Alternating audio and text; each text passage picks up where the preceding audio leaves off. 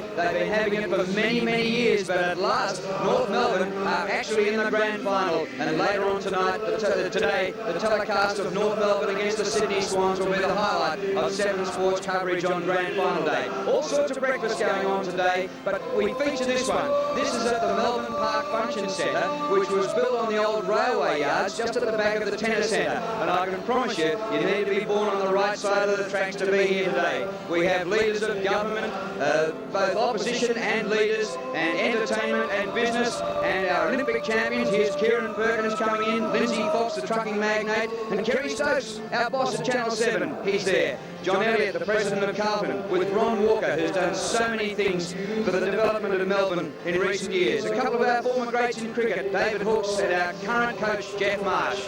Here are a couple of Collingwood men, Alan McAllister and Bruce Ruxton, making their way up. And Ron Casey, what a day for him, chairman of North Melbourne, and at last they're in the grand final for the first time since 1978. The opposing premiers, Bob Carr and Jeff Kennett. And the former Prime Minister, and I think Bob Hawke today, will be cheering loudly for the Sydney Swans. It is a terrific day here. More than 2,000 people for breakfast, and I've seen a bloke have a red wine already. Let's join the entertainment and those famous songsters, Greg Champion and Mike Brady. Oh, now, that's what I like about, hey, that's the thing about football. Yes. Ladies and gentlemen, please thank Mike Brady and Greg Champion. It's now our great pleasure to introduce the chairman of the North Melbourne Football Club, Mr. Ron Casey. Good morning, ladies and gentlemen. It is with great pride that the North Melbourne Football Club hosts this breakfast, which is now an official part of the AFL Grand Final week, and of course the first event on this magnificent Melbourne Day, the last Saturday in September.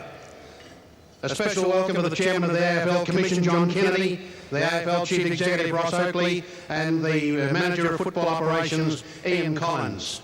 I checked yesterday with the Government Protocol Office as to the correct order of introduction of our guests here this morning, and I received some advice which, in light of a news service that I saw last night, where the Prime Minister tipped Sydney and the Premier tipped Victoria, that order of protocol's right out the window. So I welcome the Premier of Victoria, the Honourable Jeff Kennett, the Prime Minister, the Right Honourable John Howard, Victoria Minister for Sport Tom Reynolds, Federal Minister for Sport, the Honourable Warwick Smith, Leader of the State Opposition John Brumbury, the Leader of the Federal Opposition the Honourable Kim Beazley, who has some sort of affiliation with football in Western Australia, the Right Honourable the Lord Mayor of Melbourne, Ivan Devison, who's claimed to football fame as he played in the North Melbourne Forts with Alan Aylett, the Premier of New South Wales, the Honourable Bob Carr, who's claimed to football fame as he supports Sydney now, the Premier of Tasmania, the Honourable Tony Rundle, and welcome to the many members of state and federal government and opposition parties. A welcome to North Melbourne's #1 ticket holder, the Honourable Simon Crean, and the former Prime Minister and former South Melbourne #1 ticket holder, the Right Honourable Bob Hawke. A welcome to the Chairman of the Melbourne Major Events Committee, Mr. Ron Walker. Ron, you can't get any major event bigger than this one, mate. This one today. And a special welcome to a group of sports people who have done Australia proud internationally. Davis Cup retired captain Neil Fraser, executive member of the International Olympic Committee Kevin Gosper, the Australian cricket coach Jeff Marsh, and of course our racing personalities David Hayes and Lee Freedman, who has been a North Melbourne supporter all of the year. A welcome to former presidents. Yeah, that's legit, I can assure you. And Lee won't be at Moonee Valley this afternoon. Former presidents of the North Melbourne Football Club, Alan Aylett and Bob Ansett, are with us this morning, and former North Melbourne Premiership players Keith Gregg, Doug Wade, Barry Cable and Sam Kekovich. Ladies and gentlemen, yesterday I received a fax from the president of the Sydney Swans, Richard Collis. I certainly don't intend to read that communication, but sufficient to say that I appreciated the message and I accept every comment that he made in it. And it's really with great pleasure that I welcome to our breakfast this morning the President of the Sydney Swans, Mr. Richard Collis. Welcome, Richard.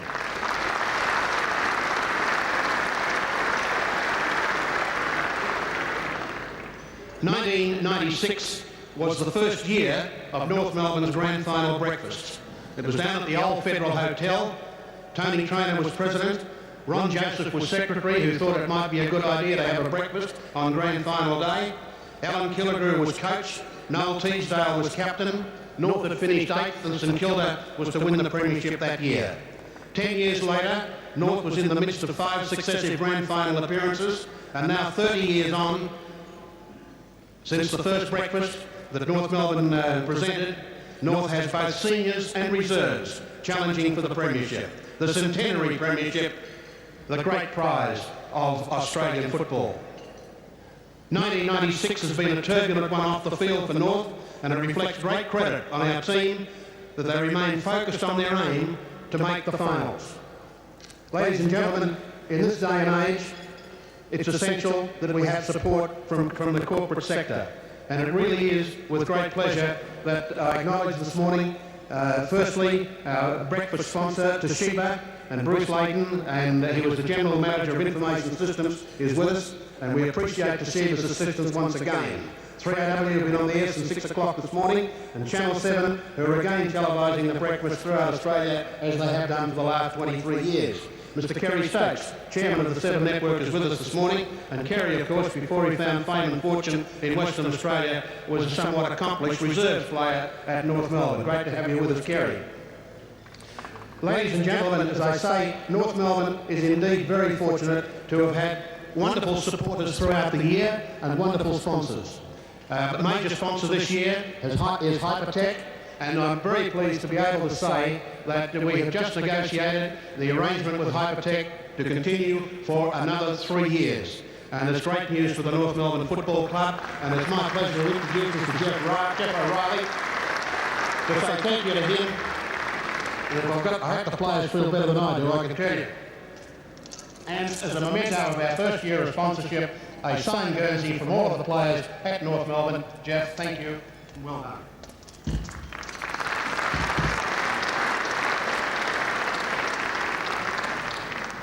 Thank you, Ron.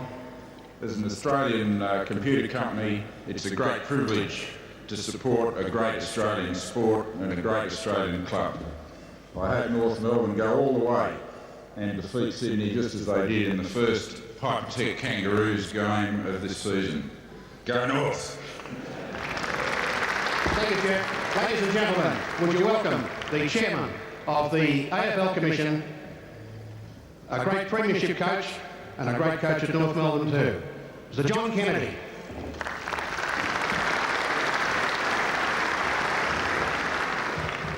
Thank you, Ron.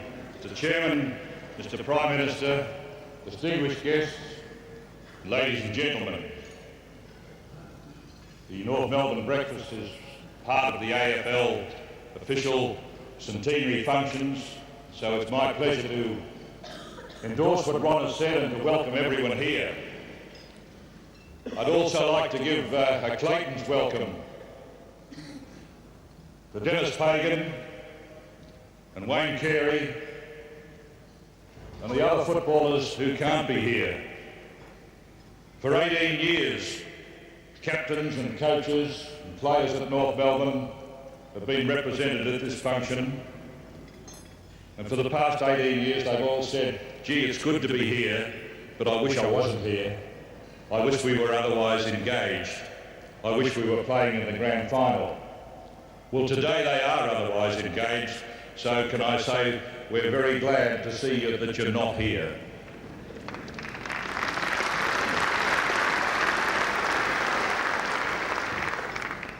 It's been a tumultuous year, I think is the word you describe it, tumultuous year for football. And I don't intend to speak at very great length on the ups and downs of the football year. Suffice it to say that all of us who have an affection for Australian football and who want to see the game prosper cannot help but be pleased this year that so much progress has been made throughout the country with our game of Australian football. This year's final 8 comprised 5 clubs from Victoria, the heartland of Australian football, 1 from Sydney, 1 from Brisbane, and 1 from Western Australia,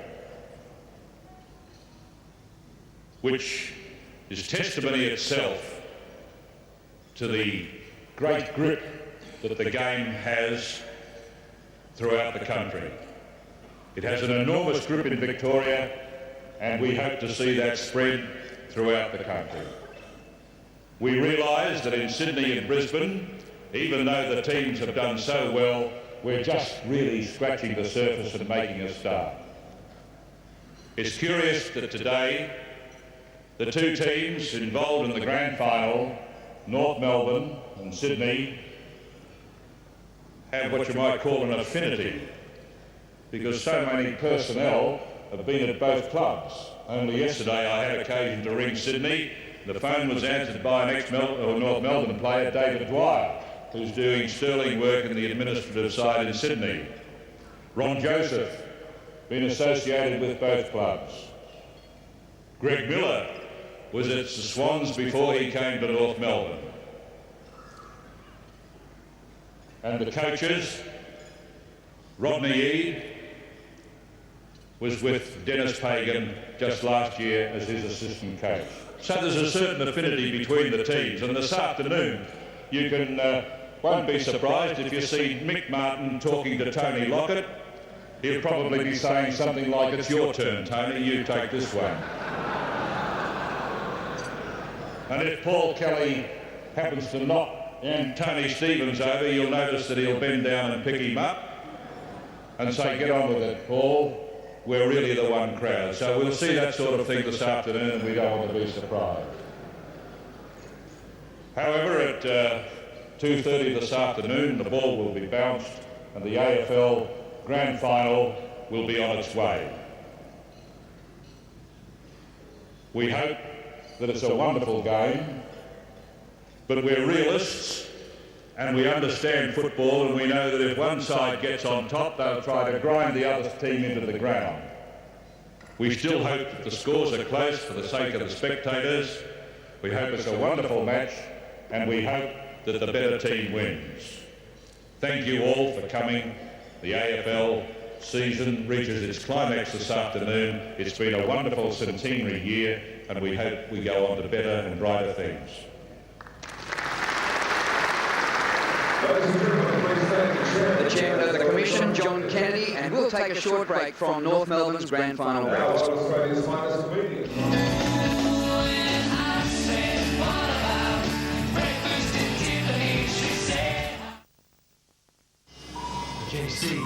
Can you see it's you?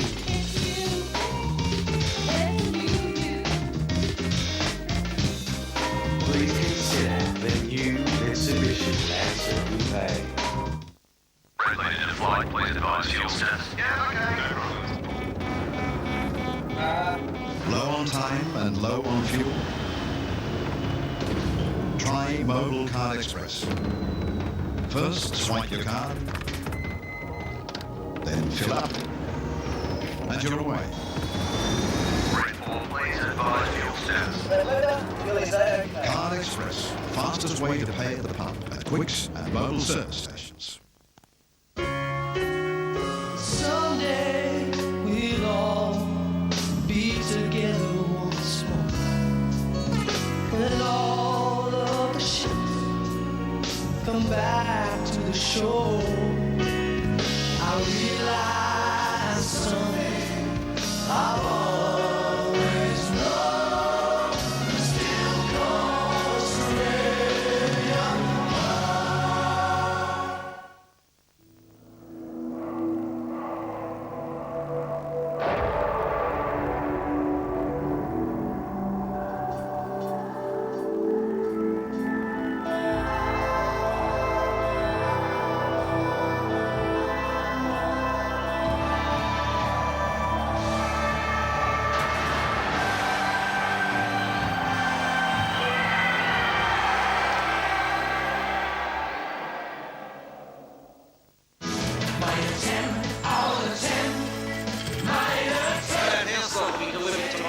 put it where it'll get plenty of light. So you about 10 litres for a job that size. Hello, Bill. What project are you working handling? Are you using it least? Well, that was good value.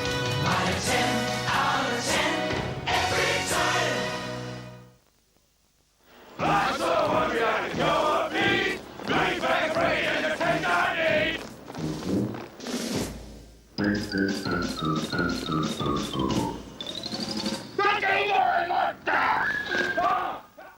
It's pump and run out time at your Ford dealer, and for a limited time there's huge savings to be made on the entire Falcon range. Like brand new Falcon GLI sedan, $29,990 drive away, no more to pay. Just look at what you get. Automatic transmission, air conditioning, driver's side airbag, and much more.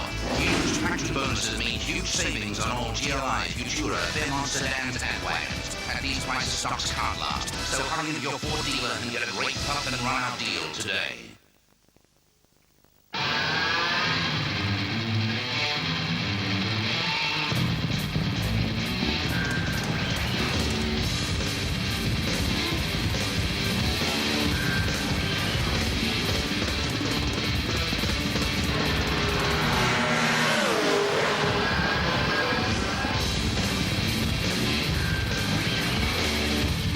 Exclusive to Channel 7, the AMB Bathurst 1000 soon. Well, the centenary season in 1996 has been full of highs and lows, lots of controversy off the field, but what about the blokes who make the game, the coaches? We've ridden the seas with them, let's take a look at the coaches.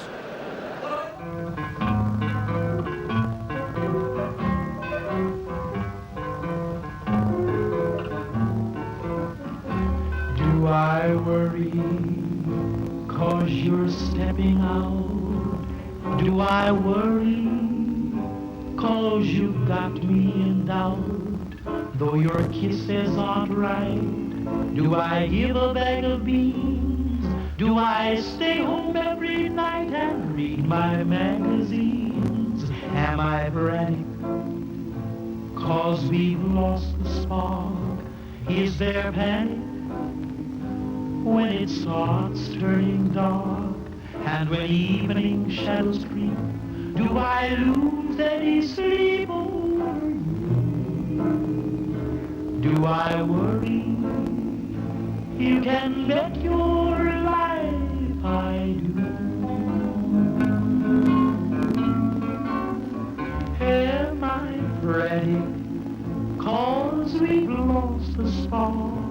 Is there panic when it starts turning dark, and when evening shadows creep? Do I lose any sleep over you? Do I worry?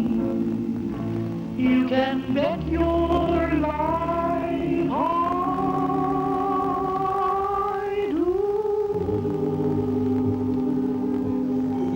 Ah, yes, who'd be a coach? I suppose the money might help, but fancy riding the roller coaster from the coach's box. Hope you enjoyed that. Some of the highlights of our centenary season in 1996. What a huge day it is for 7. After the North Melbourne breakfast, we'll be taking you to the MCG for the Under-18s Grand Final, and then later in the day at 11 o'clock we'll be going for the reserves, and North Melbourne are both in seconds and seniors today. North Melbourne playing Essendon in the reserves Grand Final at 11 o'clock, and then the senior game, what a thrill that's going to be. The Sydney Swans up against North Melbourne, and we'll be there all day with 7 Sport and a chance for you to vote for the mark of the year. There'll be the pre-match entertainment, and some of the singers that have been there since 1977. They're all coming back today, and they're all going to get together in a chorus and be singing some of the songs to lead up to Grand Final day. It will be absolutely fantastic here on 7 Sport during the day. The breakfast continues here, and some of the leading luminaries. There's Doug Wade, who of course played in North Melbourne's premiership sides in the 70s. They won the flag in 1975 and 1977. There's little Lou Richards, and with him is Ian Collins. And of course the big decision is going to be made next week on the man to replace Ross Oakley. I think Ian Collins is in there with a chance, but will he stumble at the final hurdle? And there's Bill Stephen on the right-hand side. And, of course, Bill, for so long associated with the Fitzroy Football Club, who, unfortunately, in this centenary year, Fitzroy went out of business. And there's John Elliott. And many times John Elliott has had his team playing here on Grand Final Day. Of course, last year, the Blues won the flag. But this time, it's North Melbourne's chance. They've been holding this breakfast for 30 years, and for the first time in 18 years, North Melbourne in the flag. You can see some of the leaders of the political field and the sporting arena. There's Neil Fraser, former Davis Cup captain, on the right-hand side. Some of our Olympians here. We've seen Kieran Perkins already, and also the awesome foursome gold medalist from the Atlanta Olympics. In fact, the last two Olympics. And there's Jeff Kennett, who came in today, along with Bob Carr, the New South Wales Premier. So the Premier's on both sides of the fence today, and today's grand final in the seniors is North versus South. And, well, that's really something in the centenary year, and we certainly have gone to a national competition. Using the pepper and salt there is Richard Collis, the chairman of the Sydney Swans, and alongside him, the man who was the coach there for 3 years, Ron Barassi, and maybe got the ball rolling for the Swans before finally Rodney Eade took over this year and they made the grand final. Alan Aylett, who was, of course, a former North Melbourne chairman and then had plenty to do with the Sydney Swans, well, South Melbourne, going to Sydney and becoming the Sydney Swans, and here they are in a grand final. Now we can go up to centre stage and join the Leader of the Opposition, Kim Beazley. Colleagues, ladies and gentlemen, well, this has been a triumphant season for the League, no doubt about that, John, and you're to be congratulated on it. Something like 5.3 million people attending the games, and an average of about 30,000 in the Melbourne games. If you compare that with 1985, when they're averaging about 20,000, you've got to say the Australian competition has worked. That wasn't me, it was my opponent.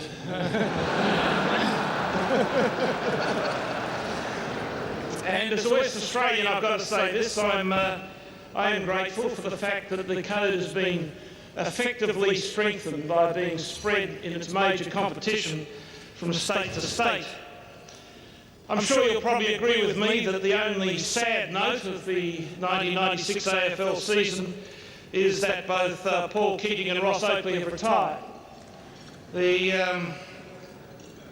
season has otherwise been one of unremitting success, decency, affection and all the rest of it. I can't say how grateful we are in national leadership for the peace of the nation that you've managed to organise a grand final between the only two clubs in the league that have no enemies. I just imagine if this was a breakfast before a Carlton versus the Eagles grand final, what viciousness, bitterness, misery and mayhem there'd be on the streets of Melbourne. But Melbourne thinks they half own the Sydney side, and therefore there is a sort of lovely atmosphere of quiet, passionate indifference as you walk around the streets of Melbourne now. Not amongst the supporters here, obviously, but generally in the state. It's a terrific thing. Well, it's been 51 years since the Swans were in a grand final, but I understand the AFL Investigations Officer almost completed his match report for this particular game. Being a bit of a traditionalist, I would have liked a small note of viciousness to enter what is otherwise going to be a day of sweetness and light. It'd be far better if this were the Bloods versus the Shinboners as opposed to the Swans versus the Roos. But there we are, can't have everything. The last winning Swans team in the grand final was dubbed the Foreign Legion. And then it was a piece of mockery. Now I suspect it has more meaning, that title. And no doubt the Sydney players are contemplating the Foreign Legion, thinking of themselves in the context of a beau geste defence of one of those great Moroccan forts. Undoubtedly, the Roos supporters are contemplating more Dien Bien Phu. But either way, I think it's going to be a great game. It has at least taken us away from ER, NYPD and the rest of it for the week. We've been contemplating Lockett's groin, McKernan's knee, far more dramatic, the fates, trials and tribulations of Andrew the Enforcer Dunkley, beat murder one hands down during the course of this week. I think though the media commentary which took it all was one you're probably unfamiliar with, but the talkback king of Western Australia is a bloke named Howard Sattler. And he managed to open up his program on Monday with the immortal words, "The fate of Lockett's groin is on everybody's lips." I recently noticed in one of the newspapers that one of the Swans players was photographed cross-dressing, and Coach Lee will do anything to break a tag. You also learn something about your colleagues when you come here. I always thought, given the nickname Jeff Kinnett gave him, that Peter Costello was a Footscray supporter. I find that he's in fact a bomber. And just a word of advice to the Prime Minister, who, to the surprise of all of us, established free speech for the first time in this country. May I extend, Prime Minister, an invitation to you to speak out for the